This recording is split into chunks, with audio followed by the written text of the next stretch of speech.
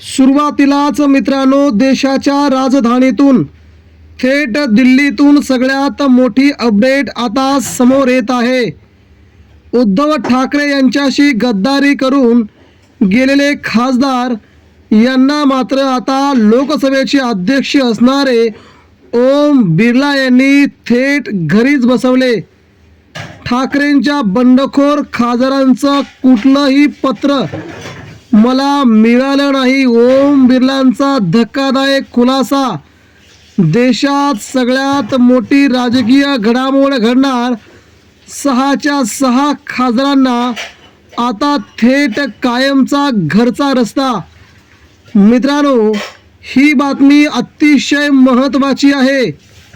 लोकसभा अध्यक्ष ओम बिर्ला यांनी या विधानाला पुष्टी दिली असून देशाच्या राजकारणामध्ये ज्यावेळेस उद्धव ठाकरेंच्या खासदारांनी थेट दिल्लीमध्ये जाऊन बैठक घेतली आणि त्यावेळी उद्धव ठाकरेंना सोडतोय आणि नवीन गट तयार करतोय असा थेट इशारा देऊन त्यांनी ओम बिर्लाची भेट घेतल्याची बातमी समोर येत होती.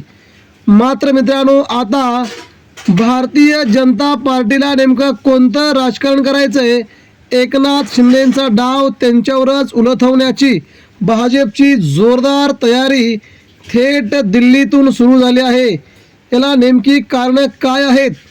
याचं पहिलं कारण म्हणजे मित्रांनो, भारतीय जनता पार्टीमध्ये प्रवेश करण्यासाठी या खासदारांना आमंत्रित केले गेले होते. मात्र त्यांनी एकनाथ शिंदे यांनी आपल्याच शिवसेनेत यांनी प्रवेश करावा यासाठी आग्रह धरला आणि इथेच चक्र फिरली गेली मित्रांनो. आणि मात्र इतर एकनाथ शिंदेंच्या सोबत गेलेल्या सगळ्या खासदारांचा ओम बिर्लांकडून राजकीय गेम झाल्याची चर्चा सध्या सुरू झाली आहे. ही राजकीय पर्वणी उद्धव ठाकरेंच्या शिवसेनेसाठी, उद्धव ठाकरेंसाठी नक्कीच आनंद देणारी आहे. मित्रांनो, ठाकरेंकडून या गोष्टीचा खुलासा करण्यात येत असून सध्या या खासदारांना कसं निलंबित करावं, यांना कसं अपात्र करावं आणि त्या भागात कशा निवडणुका लावाव्या याबद्दल शिवसेने नेमकं काय म्हटलंय ते आपण आता पुढच्या 2 मिनिटात जाणून घेऊया. ओम बिर्लांचं मत काय, ओम बिर्लांनी असं नेमकं स्पष्टीकरण का दिलंय, या खासदारांना अडकवण्याचा डाव नेमका कोणाचा, मित्रांनो सविस्तरपणे अपडेट जाणून घेऊया. मित्रांनो, ठाकरेंच्या शिवसेनेमध्ये फूट पडल्यानंतर त्यांची बाजू ऐकून घेण्यासाठी लोकसभा अध्यक्ष ओम बिर्ला यांनी आज लोकसभा सचिवालयात बोलवून घेतलेले होते. ठाकरेंच्या शिवसेनेतली फूट झाली यावेळी काही महत्त्वाच्या बाबींचा धक्कादायक खुलासा समोर आलेला आहे. त्यानुसार ठाकरेंच्या बंडखोर खासदारांचं कुठलंही पत्र मिळालेलं नाही असं अध्यक्षांनी सांगितलंय.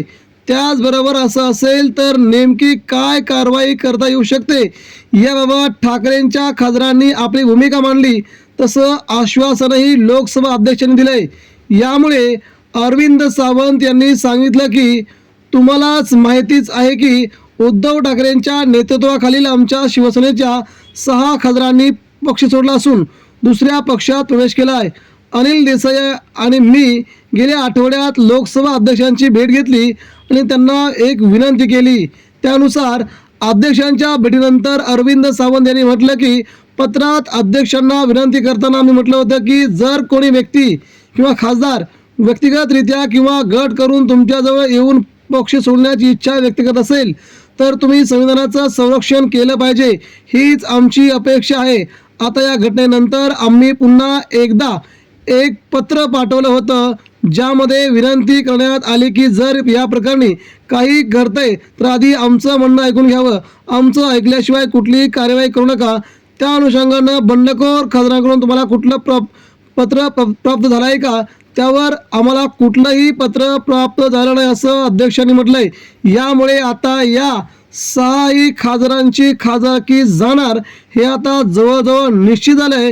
कारण त्यांनी कोणत्याही प्रकारचं लोकसभा अध्यक्ष यांना कळवलं नसताना, कोणताही गट बनवला नसताना त्यांनी थेट एकनाथ शिंदेंच्या शिवसेनेमध्ये प्रवेश केला असून हे घटनेच्या विरोधात आहे, पक्षांतर्गत बंदी कायद्याच्या विरोधात आहे. त्यामुळे या 6 खासदारांची आता खासदारकी लटकली हे मात्र नक्की. मित्रांनो, याबद्दल आपणास काय वाटतंय? उद्धव ठाकरेंचा हा विजय 6 खासदारांना खूप मोठ्या संकटात टाकणार आहे का, याबद्दल आपण आपल्या प्रतिक्रिया आमच्यापर्यंत पोहोचवा.